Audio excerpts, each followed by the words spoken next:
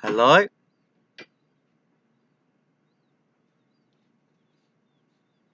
Is this working?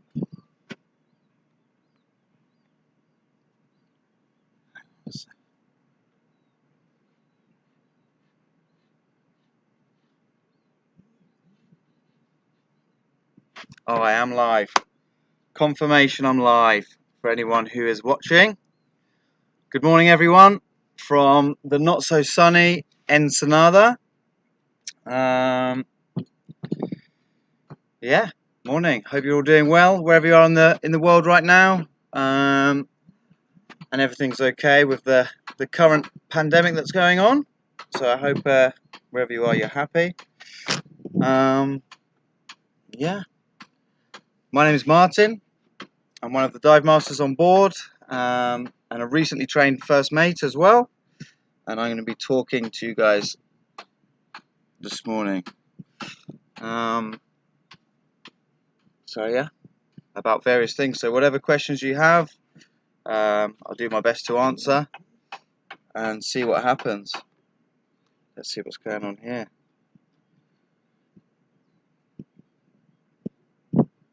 Hi Jen, how you doing? Hope you're well. Okay, where am I going here?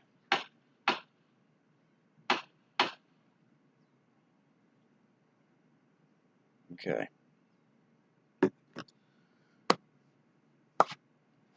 So I don't know when I'm really supposed to start talking. Is anyone watching? Rach, is anyone on?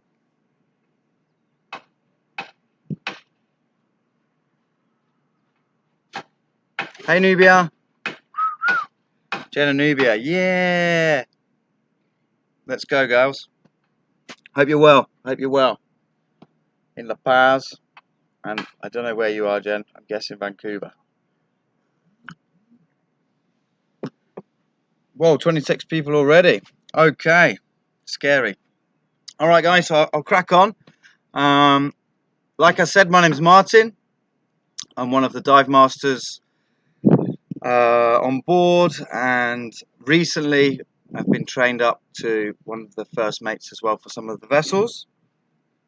I'm originally from England, which has very similar weather to what you can see here, but with more rain.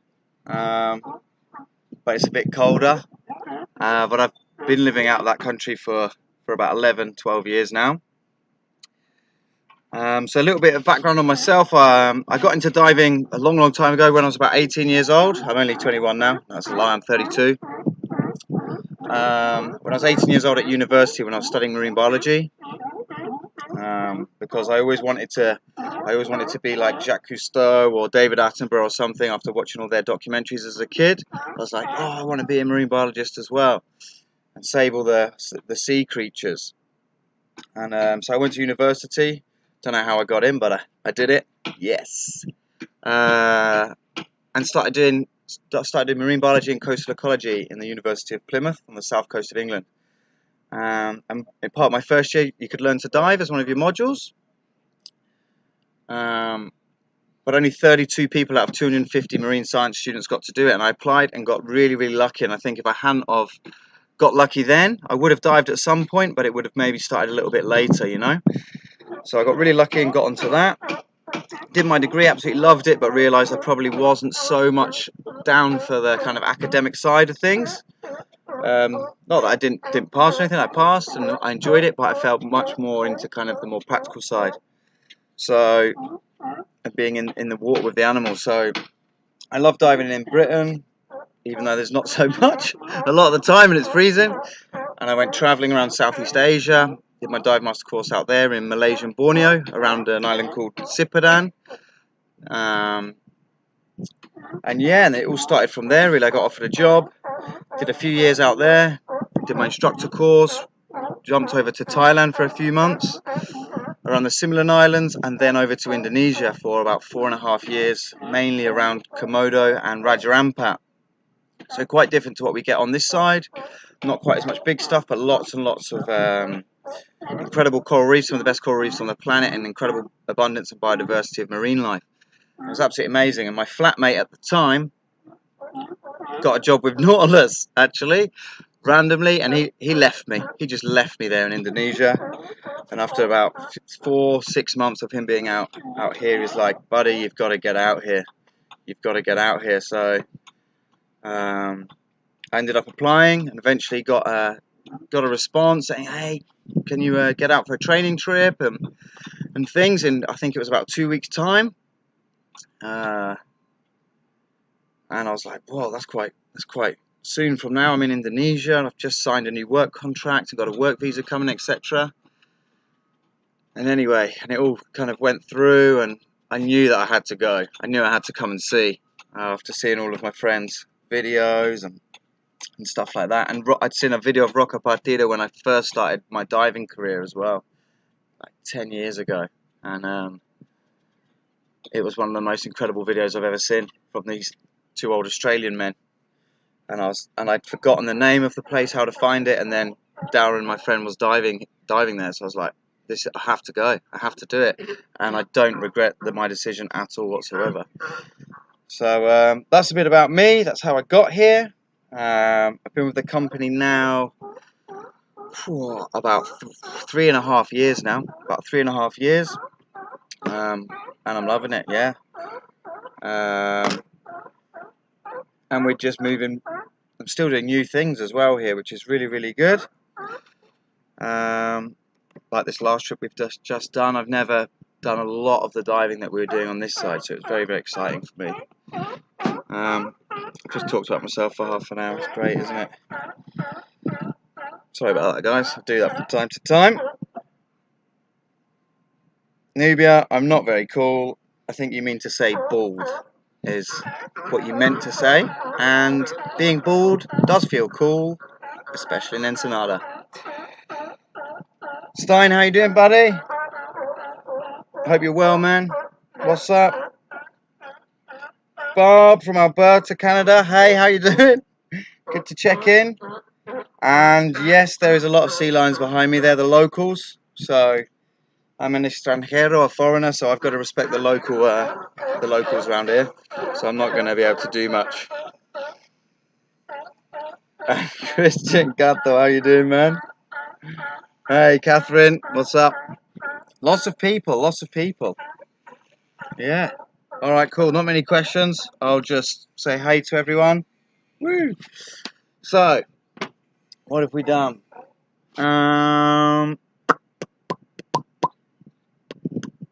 Yeah. So we've just done it. We've just done the trips. We've talked about that already, eh? I think in some of the previous Instagram live, like video. What do you call this? I don't know. Instagram live videos. But yeah, like I was saying, for me, coming here was a really, really good decision for me, for sure. I love the work schedule. I love the diving. I love the crews that I work with. I've got to say that because a few of them are watching.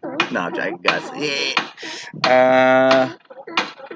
But yeah, it's just awesome. It's just really, really good. We get to meet guests from all around the world. Work on these beautiful boats as well, which makes a big difference. It's definitely a step up in class, far beyond anything that I'd ever worked on before in terms of safety, primarily, I'd say, but also kind of where you're living. Because when we work like this, this is where I live 6 months of the year or longer. So to live somewhere this well maintained, beautiful, safe, spacious, it's very nice. We've even got our own jacuzzis. I don't get to go in them as much as I'd like, but it's there. So yeah, super cool. Like I said, I've just trained up to be a mate. I started doing my training probably end of April, early May last year. And that was with doing my Yacht Master course, which is now Master of Yachts 200 ton. So I did that, and I've been doing various other courses and safety training and stuff like that through the last kind of year. And yeah, so I finally got my endorsement from Vanuatu earlier this year, and I ran a couple of trips as mate, which was really exciting. It was super cool to be learning new stuff and be doing a different position.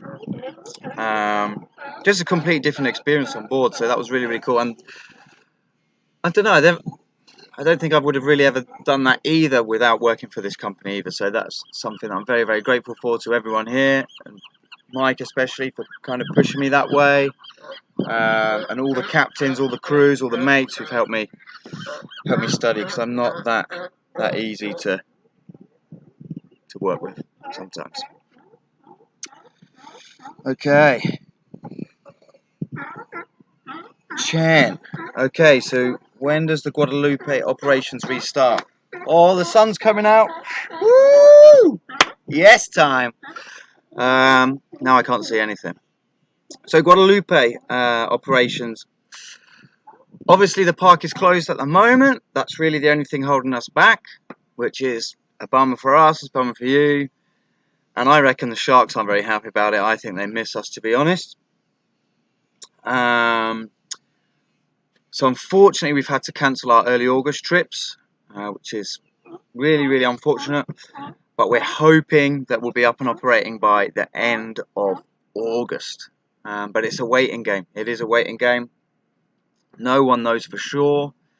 But everyone in this company is pushing in the right way, trying to work as close as possible with the appropriate authorities here to get us up and running and out there as early as possible, not only for you guys, for me, for the human beings, but for the Sharks as well. I think having boats out there really, really helps. It's extra eyes on the island for several months of the year, just to make sure that there's no illegal fishing activity going on and poaching. And yeah, like I say, I think the Sharks just want to say hello to us, because they love it all the time. They always come straight over. So yeah, I really, really hope, fingers crossed, guys, fingers crossed. I'm sure it's not going to be too long. I'm very, very hopeful and positive about it. Yeah, so hopefully by the end of August we'll be running our trips again. But these early ones, unfortunately, are cancelled. But maybe soon. Ryan Nickerson. Martin made our trip to Guadalupe amazing. Thank you. I don't think it was just me. I think the Sharks and the rest of the crew and the delicious food and everything had a lot to do with it. But thank you very much. Come back, let's go again. And I'll try and make it amazing, as good as I can again, you know. So yeah, I really miss it. I want to be out there so bad, so bad. I mean, we'd already be in cages right now for a good hour. The submersibles would have been down, and the surface cages would have already been in the water for 3 hours. So there would have been a lot of shark action going on. Instead, the sea lions are laughing at them because they're safe. But yeah, Ryan, thanks very much, man. It really means a lot. It really does. Thank you. And how you doing? Hope you're well. Greg, how was the first northbound West Coast trip? Ooh, okay.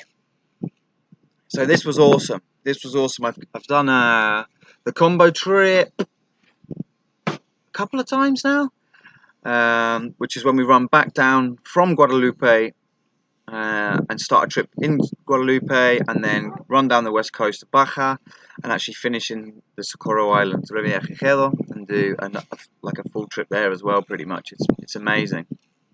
Stopping off at various places. It can change every year, but on like Cedros, Isla Cedros, and San Benito, sometimes Rocalijos, and I think last year I didn't do it, but we're heading more into Mag Bay area now.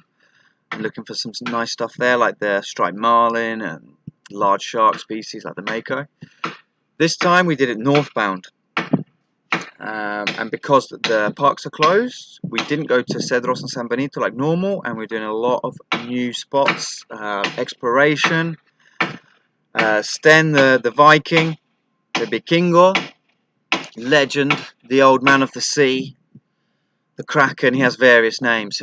He's been working very, very closely with Mike, Gordon, and other people in the company to look for fantastic diving opportunities, new stuff. Just come up with ideas for our trips up there that we're going to hopefully be running more and more regularly. So there was the sea wolf, which we wanted to find. It was a submarine that we weren't even sure we'd find it. We had coordinates that Sten had found through a friend of a friend of a friend's grandmother, I think, or something. It was pretty nuts. And first pass in the night, Gordon managed to hit it with the depth sounder and just found it straight away. So we did a few dives on that one. Absolutely beautiful, still very, very intact, full of marine life, loads of fish, beautiful Gorgonian sea fans. Almost every hole on it had some form of moray eel or scorpion fish or something in it. There was octopus too. It was epic. It was epic. School of barracuda came in briefly. Stingrays all around. Amazing. There was another wreck, the Independence, that we found off the southern tip of Isla Margarita, which this one even kind of rarer. We didn't have even like a GPS point. We just had kind of fisherman's tales of roughly where it kind of was. We weren't 100% sure what point it was. I actually did that dive with Sten, 2 different groups, and of course he found it, I didn't, so I was very upset about that. I blame my divers because they said they were a bit cold and so we came up. So I blame all of you. I don't think that was my personal failure. That was totally my fault. But yeah, Sten found that one, and this is a huge wreck. It sank. Oh, when was it? In like 1920 or something? Oh no, that was the Seawolf. 1920 was the Seawolf. We dived on its 100th year anniversary of the wreckage. But the Independence was even older, maybe like 1880, and it was quite a significant wreck because apparently there was lots of gold on it, which they apparently recovered, but did they? Who knows? Get out here, guys, let's dive for gold. And there was a lot of people, and unfortunately, I think there was about 450 people on board, and unfortunately about 150 or so lost their lives. And where the wreck is kind of on a wash rock, just off the southern tip of Isla Margarita, kind of southwest. To get to shore's a couple of 100 meters, it's really not that far. But the water's cold. They're probably wearing these all old school kind of like heavy clothes and dresses and wigs. I don't know what people wore back then. Strange stuff. Kind of what British people wore. Weirdos. And they couldn't make it. So it's significant in that. In the loss of life and the amount of money on board. And it was a very large wreck. And there's still 4 boilers. Huge, the size of houses, all the ribs of the ship. It's pretty cool, but I only saw the videos, unfortunately. Loads of sea lions. We got to see marlin. In fact, I got a little video. Let me show you this. I've got a video here of a super pod of dolphins that we saw, and the video doesn't do it any justice at all in terms of what you can see, because you can't video it. It's just too far and wide, the area. I cannot explain, but what it does do justice is how amazing these animals are. Adil is absolutely insane. Adil Schindler, big shout out, buddy. And I hope this will play, guys, because we kept seeing this wasn't just a one-off. We were seeing this superpod or various superpods of dolphins on many different days. So I'll see if I can play it now, and you can have a break from my face.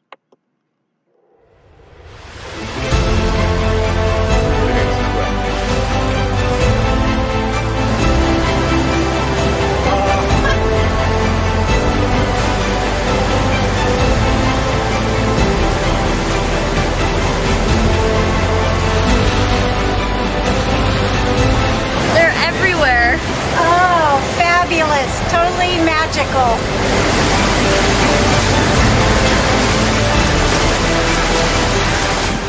I don't really know what to say. I'm at a loss for words.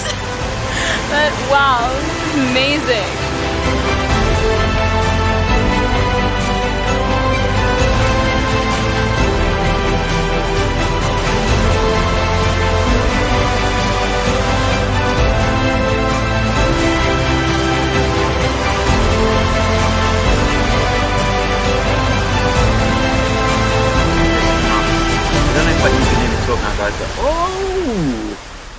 ending's beautiful.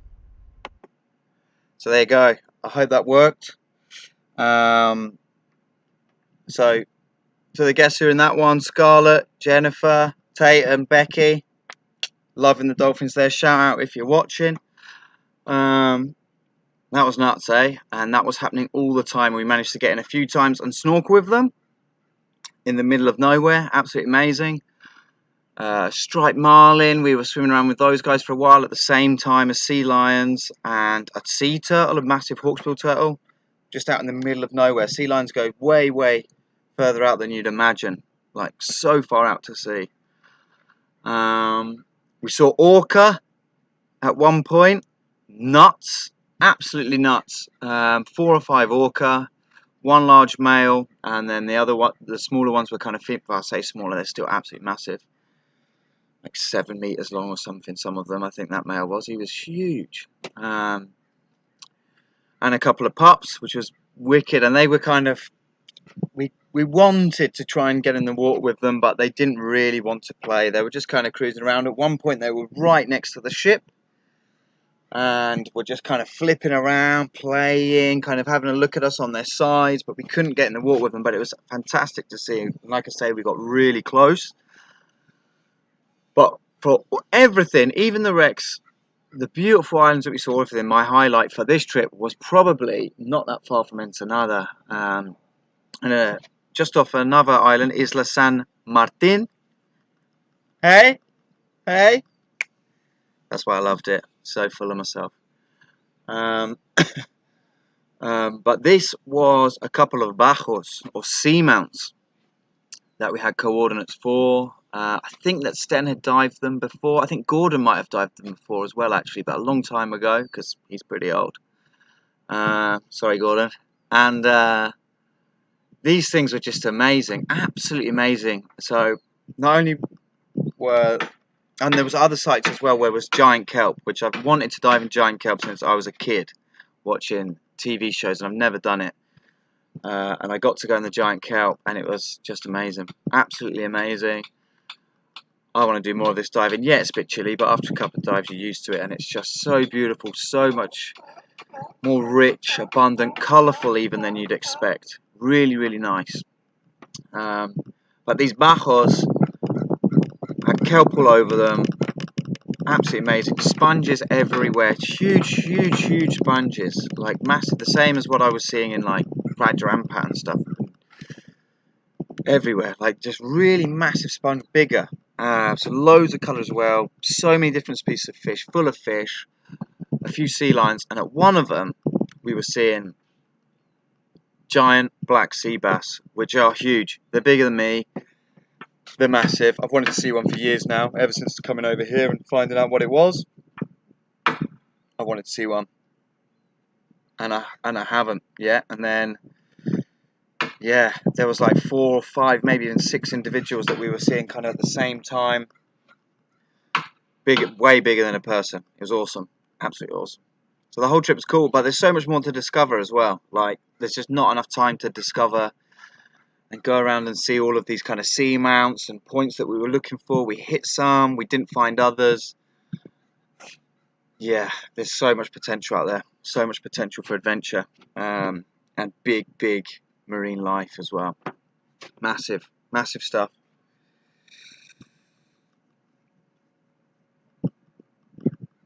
Jan. Who else is there? Okay, Noob's answer that in a sec. Gilberto Falfan, what's up? We're Winchi. Hey, buddy. And Jan's just checked in. Gerardo, hey, buddy. Pura vida. Jan's just said, where was the seahorse? So we had 2 trips, one in the Mar de Cortez, and I was kind of making promises loosely that I wanted, well, I was going to find a seahorse, because last time I was in the Mar de Cortez, I found 2, and I was like, I'm going to do it. So I was looking for seahorse all the time. Never found one. I will say that publicly. I failed. Okay? And I will not rest until I find a seahorse again. Okay? I will find one, Jan. And when I do, I'll show it to as many people as I can and spread the joy. Alright? But yeah, I failed. I didn't find a seahorse. Noobs, what made me decide to become a mate? Whoa, various factors. Various factors. I mean, I love diving. It is really a passion become career. Really, I can't imagine much more that I'd want to do than when I'm down there, especially in the kind of places that we are. And I have moments so often, almost every day, when I'm diving in Socorro or Guadalupe of the Sharks or Mar de Cortez. There's something that's going to happen underwater every time you're down there, and you just think, I'm very lucky to be here. It's very emotional, that connection with nature and everything. I love it. But I've done it for a long time now, and you've always got to keep learning, you've got to keep growing. I'm aware, although I still look exceptionally young and in perfect physical condition, I'm getting older, and so becoming a mate maybe a little bit less heavy on terms of like the deckhand side of things in physical work. So that might be good for my future. Obviously, your pay goes up the higher up you go up the ladder too, which is fantastic. Maybe one day there'll be little Martins I need to look after. Who knows? So yeah, various things really. But I think the main thing was looking at the people above me who I'm working directly with. The dive masters are supervised or report directly, should I say, to the mate on board, and everyone obviously reports to the captain. And the captains and mates that I've worked with here have been absolutely amazing, knowledgeable, passionate, and still a lot of them have come up from like the way I have, or from like a diving background, or at least they absolutely love it as well. So I was just like this, it felt like a very natural progression as well. I was inspired with a lot of the guys here, and also just to learn. Like, I think I've been a bit lazy in the last few years of my life in terms of learning. You can get comfortable in kind of like your field. Obviously, we're always learning, but you can get a little bit comfortable, I guess. And yeah, it just felt like an opportunity to learn. And I thought, okay, I'll just do the Yachtmaster course first, see how it goes. Maybe I'll think it's for me, maybe I won't. And as soon as I started, I was like, oh man, this is great just to be learning again. And I'm very passionate and interested to continue to learn more, increase my knowledge. I need to very much so increase my experience over the next few years, and I hope to do that here. But yeah, that's about it really. More about kind of like self-development, learning, and yeah, being here and working with the guys here. I thought, yeah, it seems like a natural progression, and everyone here, like I said before already, who helped me, can't thank you enough. It's great, really good.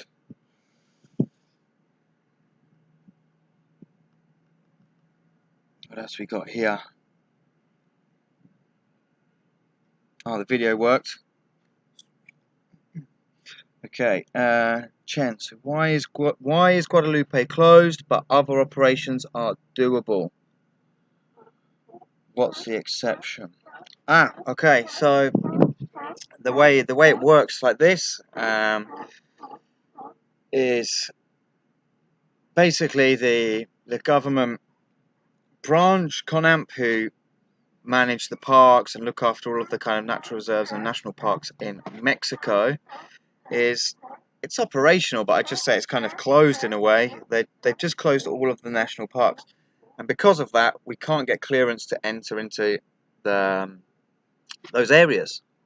No one can go in for tourism. I think because it's seen as non-essential, maybe. I think something like that, but don't quote me on it. But basically, the parks are closed. We can't go there. So that's why places like Guadalupe, Revillagigedo, the Socorro Islands are closed, and maybe like some other areas that we like to go to, like in the Mar de Cortez, Isla Espiritu Santo. You can't be diving around there, and various other sites in that area, unfortunately.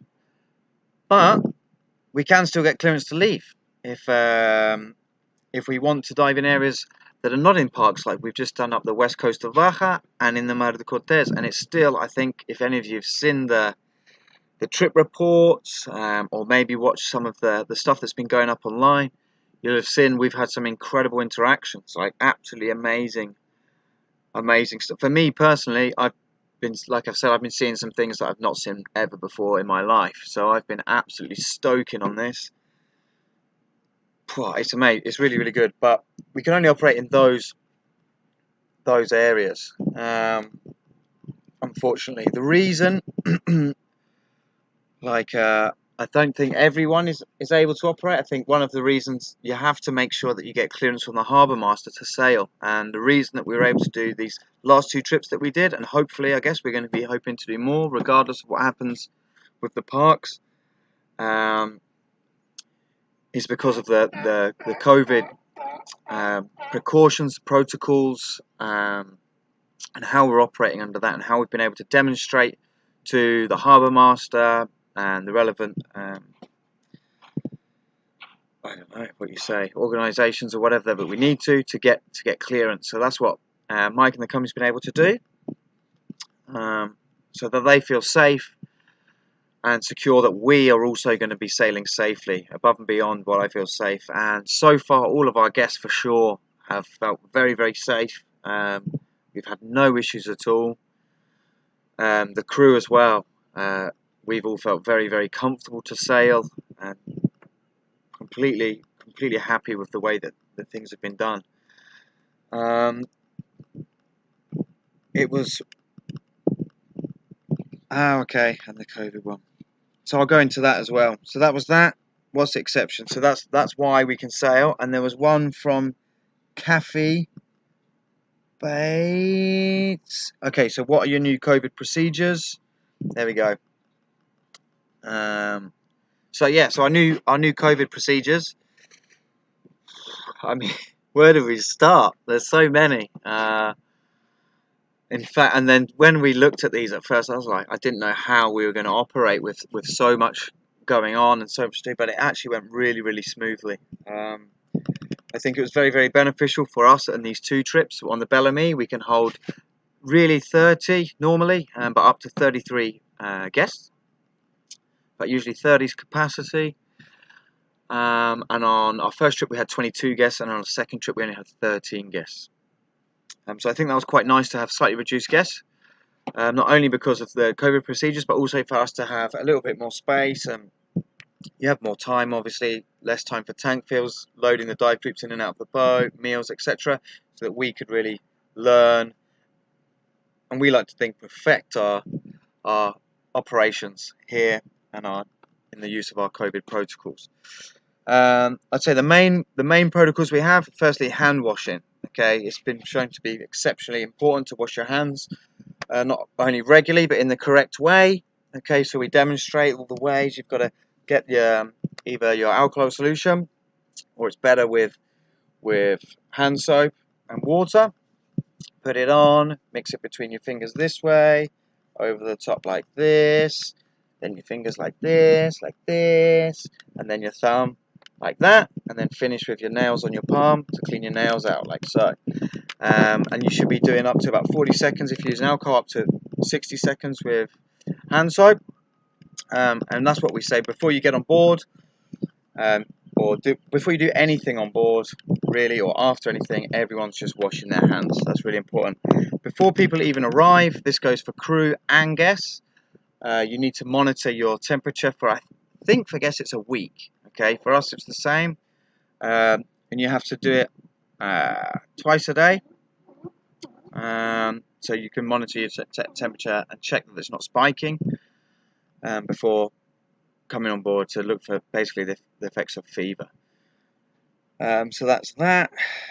Everyone gets a full checkup, all from a health professional, a doctor. I've forgotten what the guy's name is. I've met him. He's a really nice guy. He came, so he's working with us all the time. But we have health professionals that check you before you get on board, and that goes for the crew as well. So we get checked, blood pressure, temperature, they check your breathing, all of this, the normal kind of physical, and ask you a few questions. On board, for things to stop like people doing things so much, for example the hosties, they're going to do a lot of stuff for the guests now, and for us. I feel guilty sometimes even if I just want a nice cup of tea, you know. I've got one here. I drink tea all day. I can't get that myself. The hosties will have to do that for me, unless I'm helping them out and I've fully disinfected and wearing the appropriate PPE. So they're going to be serving everyone their hot drinks, every plate of food, to minimise the amount of things that people are touching. There's loads of stuff. We have to wear face masks in common areas for the guests. It's just encouraged. Always maintain appropriate social distancing. When we're outside, particularly for the dive masters, we work outside on deck a lot of the time. But we're on deck, so we're quite often just using like a buff. It's like a face scarf instead, to make sure we have our PPE on. And we're disinfecting the entire ship really outside, and the girls are taking care of that more inside. And Osa, sorry Osa, mate. The hosts are taking care of that inside. The chefs obviously take care of their areas. The whole ship's basically getting disinfected with a chlorine and water solution about 3 times a day. That goes for the hot, everything, just at all surfaces that we can. Toilets 5 times a day we were doing minimum, making sure that all the handles and everything, more 3 times minimum really. So there's a lot going on. I'm trying to think of anything else really. And then if someone did get ill or someone felt ill themselves, or just felt, even it might just be a sniffle, then we have the relative protocols in place to kind of limit the spread of a contagion. So we'd be putting them in a room by themselves, limiting contact with them, bringing them all their meals, and we just have to keep them in there like a prisoner.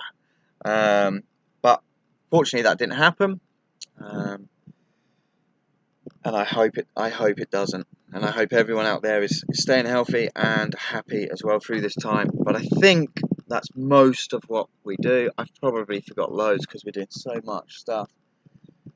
Yeah, a lot going on.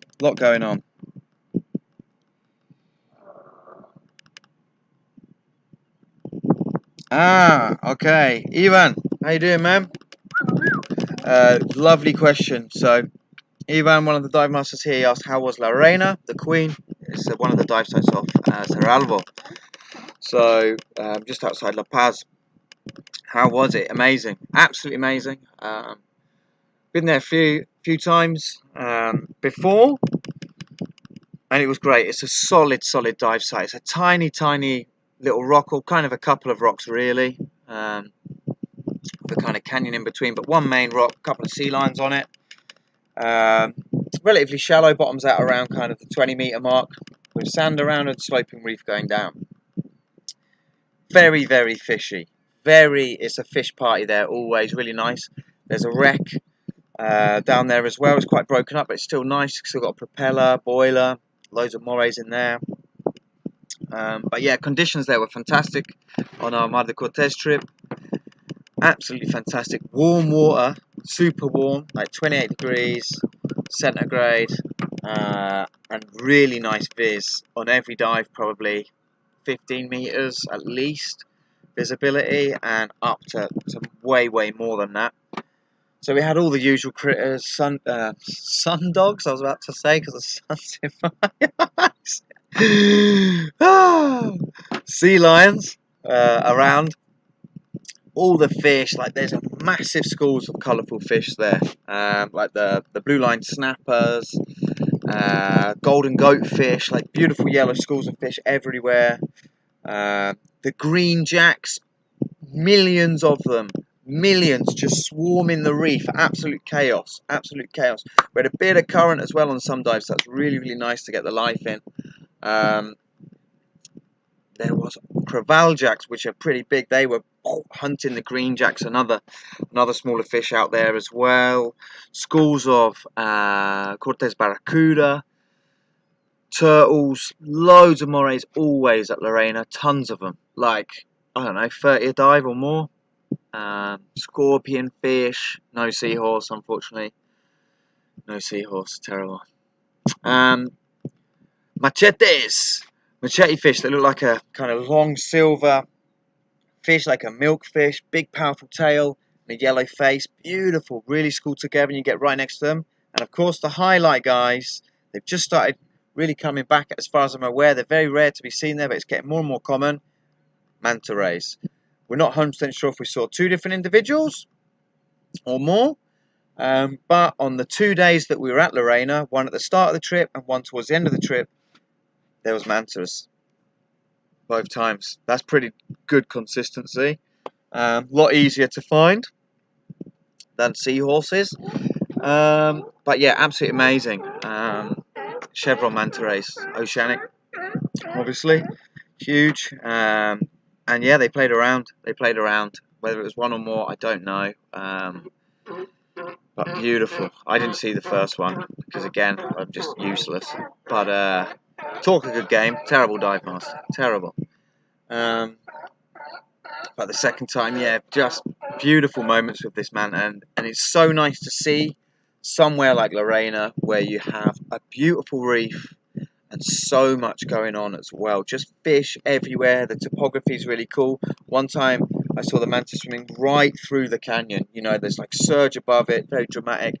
It's coming out of the canyon. The machete fish were here. Loads of like snapper, little groupers, everything going on. The reef swaying. Manta comes through. Just absolutely sublime moment. Because quite often where you see them, in Socorro and stuff, we're looking into the blue. Fantastic.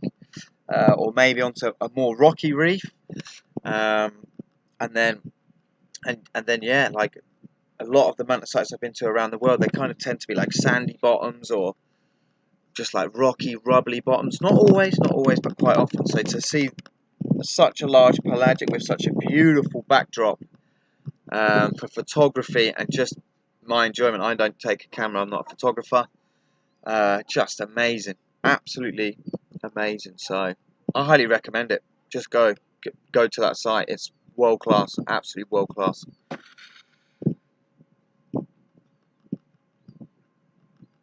Jen, no worries. Pleasure for the info.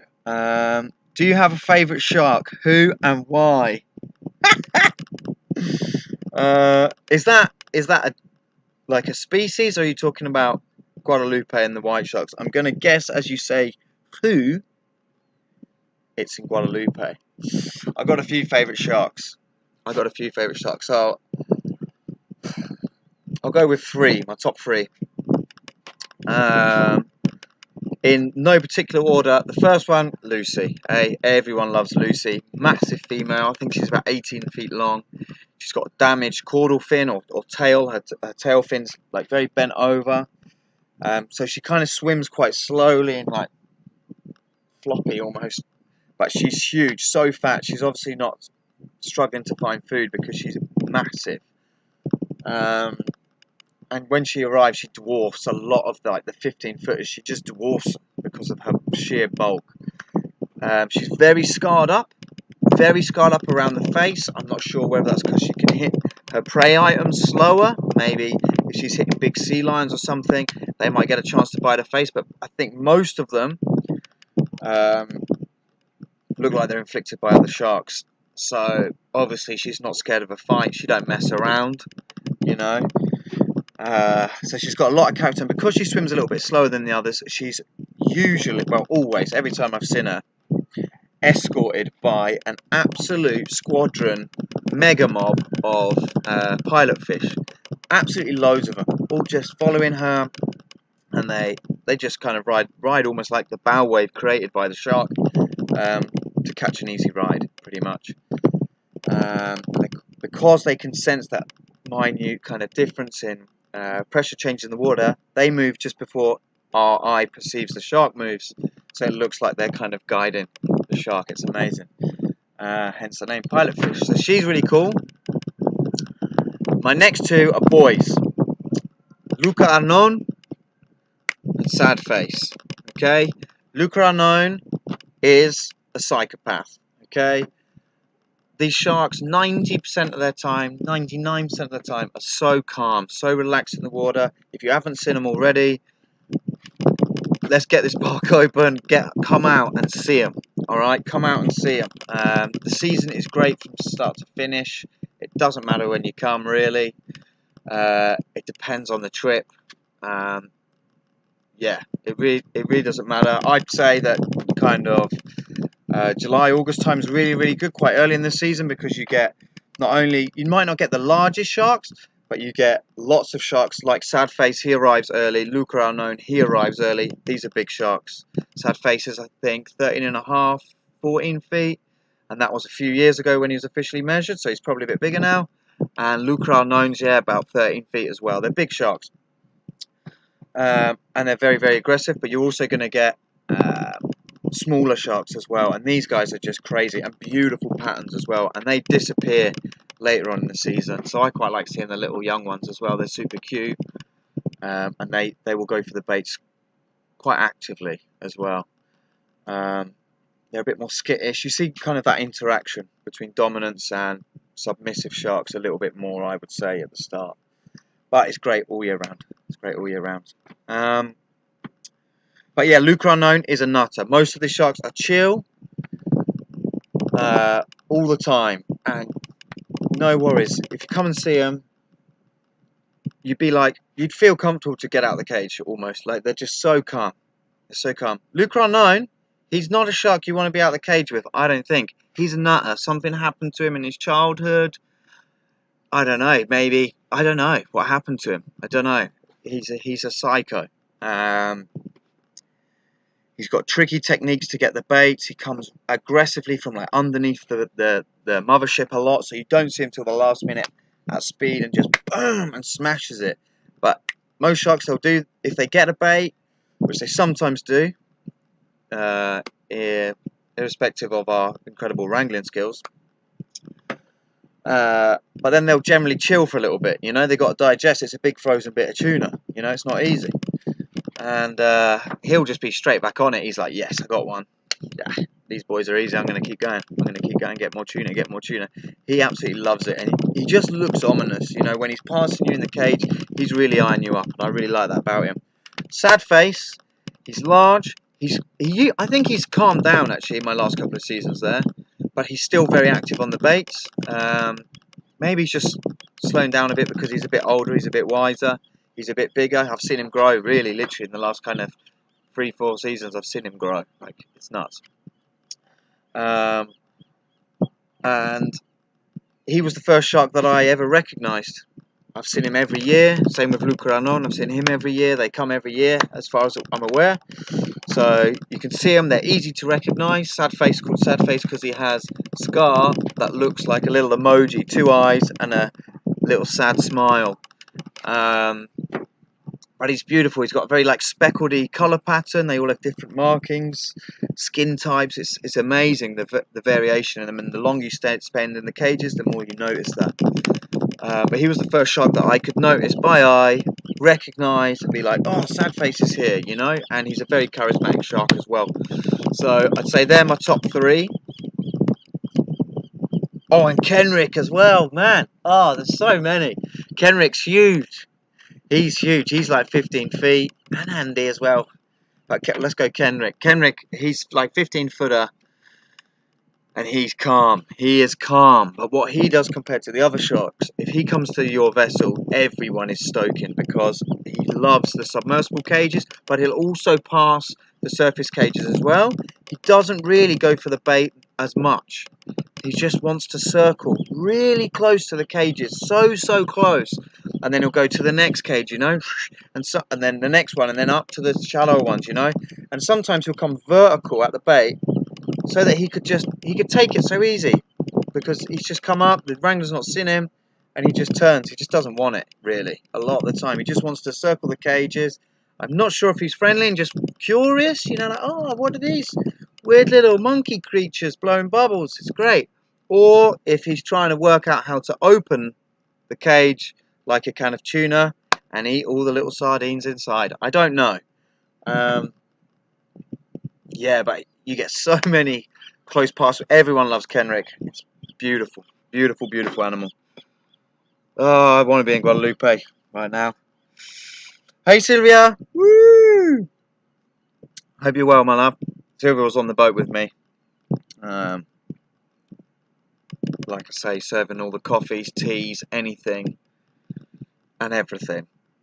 Did a great job. Well done. Kept us all safe and happy. I'm sorry if I was hard work asking for tea all of the time. Thank you.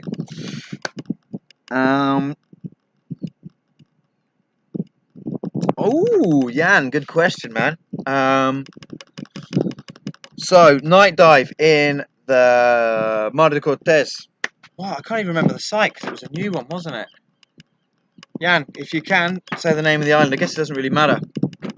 But we'd just been to see some mangroves in the afternoon, and this huge cactus forest. Gone in on dinghies, snorkeled in some mangroves, very reminiscent of Raja Ampat, and in some ways healthier. Absolutely such a, excuse me, fantastic surprise. We had mangroves, trees, roots coming into kind of like a shallow estuary. There was little stingrays there, upside down jellyfish on the bottom. Don't sting you, don't worry. And on the roots going into the water was lots of sponges and algae growing on there, like a separate reef.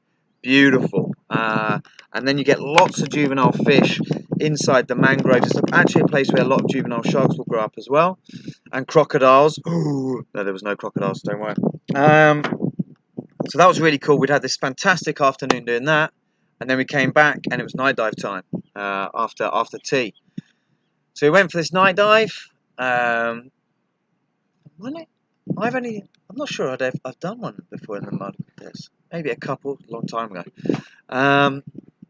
But yeah, we got in. We didn't really know what to expect. We'd done a dive there in the afternoon. Real nice, big boulders, nice sloping reef. Quite a lot of fish life. Lots of nudies. So like, not much current. Would be nice for a night dive. Let's see what happens. So we jumped in. Like I say, didn't really know what to expect. Went down. First things first, we planned to check out the bioluminescence. So we did that. Checked out the bioluminescence. It was full of bioluminescence. Absolutely amazing. Which are types of little planktonic organisms that, when they're agitated in the water, create phosphorescence or bioluminescent light. And it's really, really beautiful. You just take your torch, put it to your chest, or turn it off if you want to. You can wave your hand around, whatever, do what you want. You get all of this light show. It's absolutely amazing. And the longer you do it, you just sit for a while and let your eyes adjust, and they get more sensitive to that low light condition. It really, really is beautiful. If you've ever seen the Life of Pi movie, that's what it's like. So there's that. And then we started diving, really, and looking around, and we were so shocked at the amount of life. We had tons of different nudies, some really kind of rare ones that we'd not seen before. I don't know how many nudies. Mirko, the other guide who was in the water, he was like, I saw like a 10 of nudies.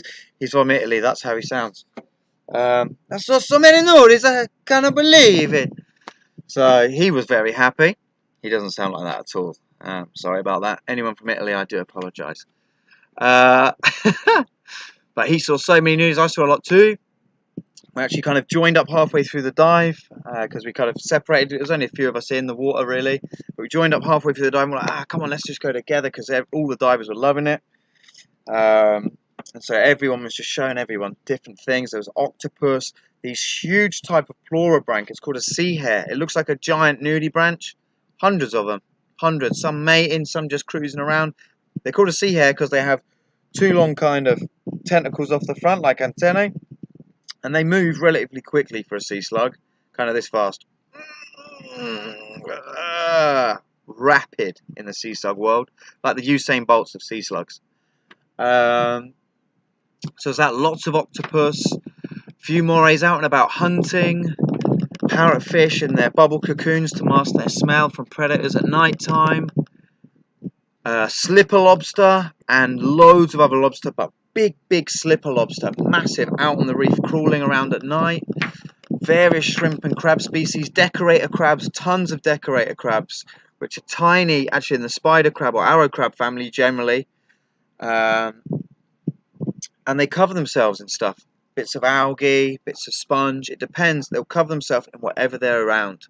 So if they find, like, they can even cover themselves in like man-made materials, things like plastic bags, unfortunately, clothing. So there's even pictures of like a denim decorator crab, pretty cool. Levi's crab, as it's known professionally. So yeah, the night dive was nuts.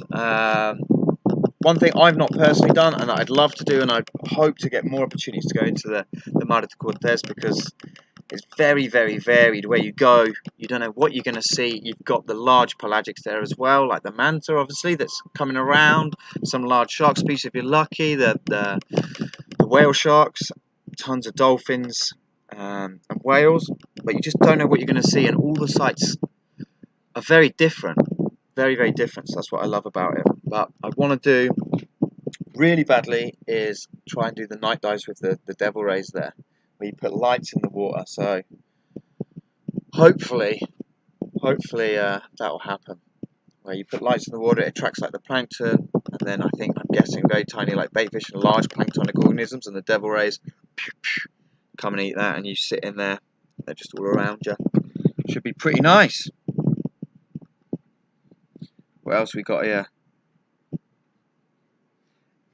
El Gallo was the name of that night dive, guys. Hopefully we'll go check it out again. Thanks, Rachel.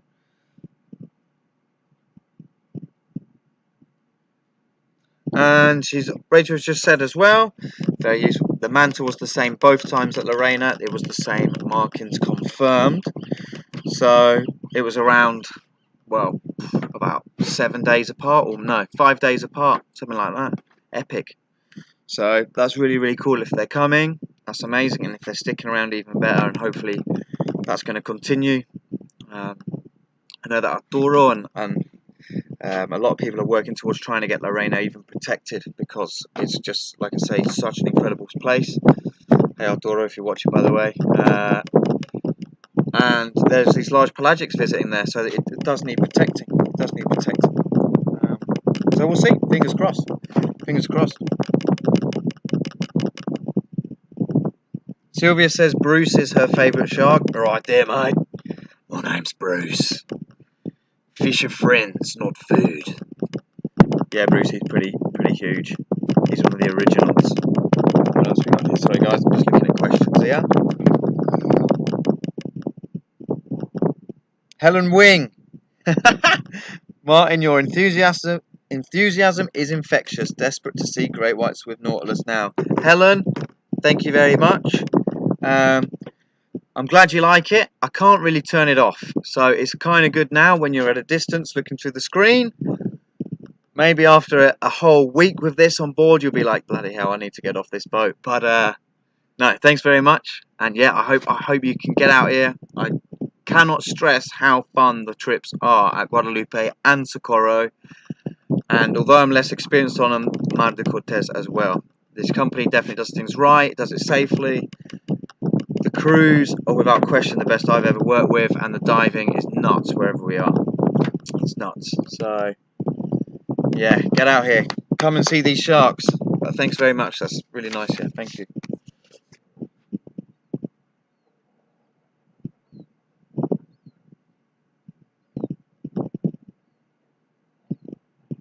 Oh, Sten! What's up, Sten? Bikingo is on. Woohoo! All right, this is a good one. I think there's some pictures actually on the Instagram if you want to check it out. But we went snorkeling. We went snorkeling with Pacific white-sided dolphins. Okay, and we'd just been diving. Where was that one? That was just out of Mag Bay, I think, a bit further north of Mag Bay. So we were just left Mag Bay. We were diving on just in the giant kelp. So I'm loving it. I've just dived in giant kelp. It's something I've wanted to do since I was a little kid. It was epic, and my second dive in the giant kelp was even better as well. So I just like stepped up my kelp level. I'd seen a little harbour seal like playing in the kelp. I was like, woo! I was down next to him like, yeah! Loads of kelp bass and everything everywhere. Gary Baldy's, just absolute Garibaldi. Sorry, I get told off for saying that wrong because of my accent a lot. By Mirko. Hey, it's not that way. Everywhere, juvenile ones, and then we came up and we're heading back to the Bellamy. And on the way, they'd been like, oh. The skiff driver said, oh, there'd been dolphins around. I was like, oh, nice, man. Where are they? Like, oh, no, they've gone off now. No, they hadn't gone off. They'd just gone over there somewhere. As soon as they heard the engines, boom, they just came. Boom, boom, boom. There's probably about, wasn't loads of them, maybe 10 to 15. They're quite small.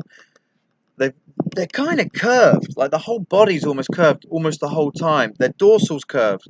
These beautiful, very, very bright white markings, white-sided dolphins, but the contrast between that and kind of like the dark bluey black of their body's amazing.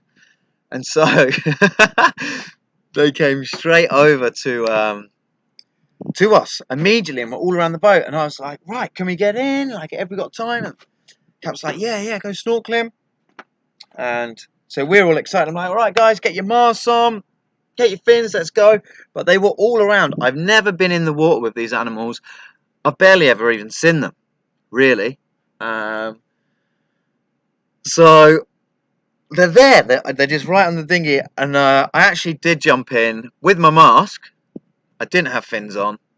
And I did still have my weight belt on. It was kind of funny. Because I was too excited. Flopping around. They were all around me, everywhere. Just almost you could touch them. They were that close. Just all around. Anyway, everyone got in. I got my fins on and my weight belt off. Well done, me. And we stayed in the water for ages. We were in there probably about 10 minutes or so. They didn't leave us. And every time the skiff driver would start the engine, they'd go straight, boom, directly to it. They just wanted to play. And they'd follow the bow wave, and the skiff driver could kind of basically just drive round us, and the dolphins were just there. Then they'd come and join us again as soon as the skiff driver cut the engine. Then the second group of divers came over. We've drifted quite far now, a few hundred meters from the main vessel. They got dropped in. We got picked up people from the main ship. We were in the water, I don't know, 40 minutes with these things. Absolutely amazing. It was nuts. It was absolutely nuts. And they just wanted to play and interact with us. And it was one of those real special moments when you just know that's happening. And with an animal that intelligent and kind of similar to us as well, that kind of mammalian connection, you're just so aware that they really are having as much fun as you are. And even we headed back to the boat because we had to leave and start sailing north. They followed us all the way back. The guests got off, and they just were kind of like just around the stern of the vessel. We got the skiffs up. We started cleaning down. Waited about another hour or so because we had to do final checks, whatever. Get the anchor up and set off. And they were still there, just patrolling the stern. Almost just like, where are you going? Like, there's still a little bit of light out. Let's keep playing, you know. Mum's not calling you home yet. Let's keep playing, guys. What are you doing? It was really special. Yeah, good question. Yeah, I'm happy to talk about that one, Sten. Thanks very much. Thanks for the trip, Sten, as well. It was awesome. That's it. Are you in Manila? Right, here we go. Sten said me in Manila. Awesome. Hey, Manila, man.